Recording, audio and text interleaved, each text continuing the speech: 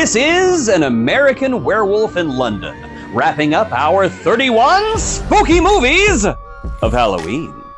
If you've ever thought, what would happen if I mixed classic horror, dark comedy, tragic romance, and a gruesome werewolf transformation into one bizarrely captivating film?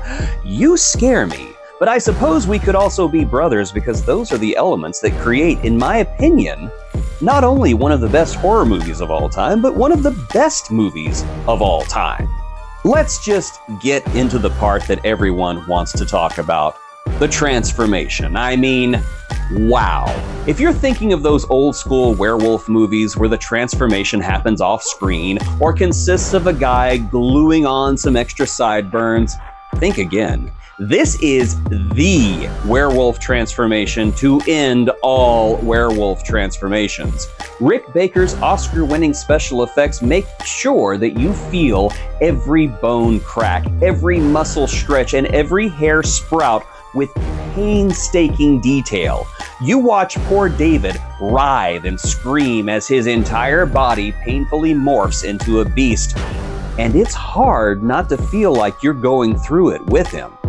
It's one of those scenes that's so incredibly well done that even decades later, it still holds up. Guys, I watched the sequel that was made 25 years later, and this werewolf transformation beats the ever-loving Wolfsbane out of it. Honestly, when people talk about practical effects versus CGI, this is the scene they're referring to. No fancy computer wizardry here. Just good old-fashioned puppetry, prosthetics, and the suffering of David Naughton as he turns into something you definitely wouldn't want to bump into on the London Underground.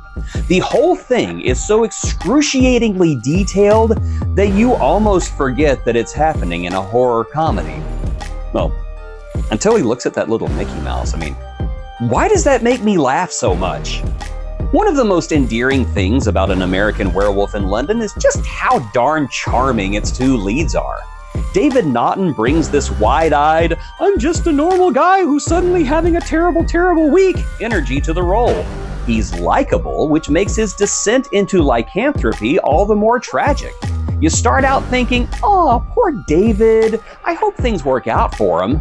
But by the end, it's more like, well, this is just sad. Griffin Dunne, on the other hand, is the ultimate deadpan best friend.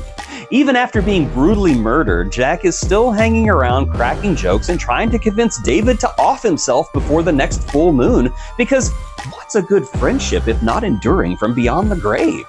Jack's slow decay is both disgusting and hilarious. Every time he appears, he looks a little bit worse, but still manages to deliver some of the film's funniest lines. As a matter of fact, their friendship, even through all the horror, remains oddly charming. Jack's trying to save his friend David from a doomed fate, even though his methods are very questionable. And David's just trying to wrap his head around the fact that he's turning into a werewolf and having disturbing nightmares about Nazi werewolves in the meantime. Yes, I did say Nazi werewolves. The movie throws in a surreal nightmare sequence where werewolves dressed as Nazis attack David's family because apparently turning into a werewolf wasn't enough psychological trauma for one guy. Let's make him truly suffer. Then there's the romance subplot. You see, while David's recovering in the hospital, he catches the eye of a nurse, Alex, played by Jenny Gutter, who decides for some reasons that are beyond me that it's a good idea to take him home and let him crash at her place. I mean, sure, he's cute in a just survived a supernatural mauling kind of way, but taking a guy home who's been raving about werewolves and dead friends? That's a bold move, Alex. I don't know if I respect that or I just question you. Maybe both. Maybe both. Naturally, their romance is doomed from the start. David's haunted by Jack and getting those pesky werewolf urges. Meanwhile, Alex is just trying to get through this bizarre situation with her sanity intact.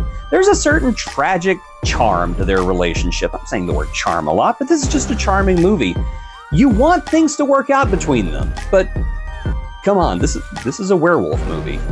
You know better. What makes An American Werewolf in London so unique is how it balances its horror with moments of humor and genuine sadness. The film isn't afraid to show you the brutal consequences of David's transformation. Once he's fully wolfed out, there is no going back, and the film makes sure you understand the gravity of that. We're not talking about some campy, fun monster romp where the hero saves the day and gets the girl. No, this is a tragedy. David is doomed from the moment that he's bitten, and the movie does not shy away from that fact or wimp out from it. Looking at you, American Werewolf in Paris. Sure, there's plenty of humor to soften the blow. David's interactions with Jack and his general disbelief at the situation provide a lot of laughs. But at the end of the day, this is a horror movie. The werewolf attacks are gruesome, and once David transforms, there is no stopping him from wreaking havoc across London.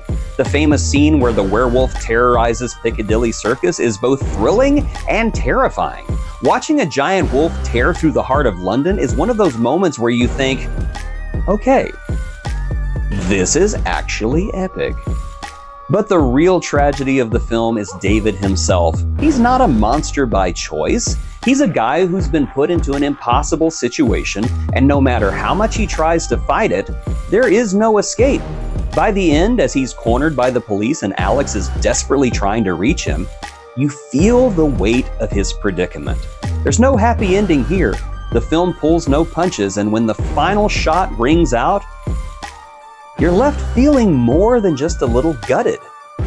David's a charming fellow, but in the end, he's a victim of forces that are far beyond him. Now, don't let all this talk of tragedy and horror fool you. This movie is funny, like darkly funny. The humor sneaks up on you in unexpected ways, whether it's David's deadpan reactions to his increasingly surreal situation, Jack's casual attitude towards being dead and decomposing, or the sheer absurdity of some of the sequences. Nazi werewolves, people. Director John Landis, who's best known for his works like Animal House, The Blues Brothers, and Killing Vic Morrow, injects just the amount of humor into the film without undercutting the horror. It's a tough balance to strike, but he pulls it off. The laughs are there, but they don't take away from the tension or the emotional weight of the story. If anything, they make the horror hit even harder because just when you're getting comfortable, the movie throws something dark and gruesome right in your big stupid fat face. So, what do we have here? An American Werewolf in London is a movie that defies easy categorization. It's a horror film, but it's also a comedy. It's a love story, but it's also a tragedy. And somehow, some way, it manages to blend all these elements together in a way that just works when it has no reason to. The performances are great. David Naughton is perfectly cast as the everyman turned werewolf. Griffin Dunn stills every scene he's in as the dead best friend, and Jenny Agutter brings a surprising amount of depth to the love interest role. The transformation sequence is enough alone to merit a watching, but the movie's real strength lies beyond that. It lies in how it juggles its tone. One minute you're laughing at a dead guy cracking jokes, and the next you're watching a werewolf slaughter innocents. This is the ultimate example of a movie that shouldn't work and does. And that's why I recommend that you add An American Werewolf in London to your list of 31 spooky movies of Halloween. And that wraps it up for me this year. Happy Halloween, you crazy animals. I'll see you next year. Well, I mean, you'll see me before that. I'm not going to disappear for 11 months, but I'll see you next year doing the Halloween movies here, for next year's. Yeah. This is awkward.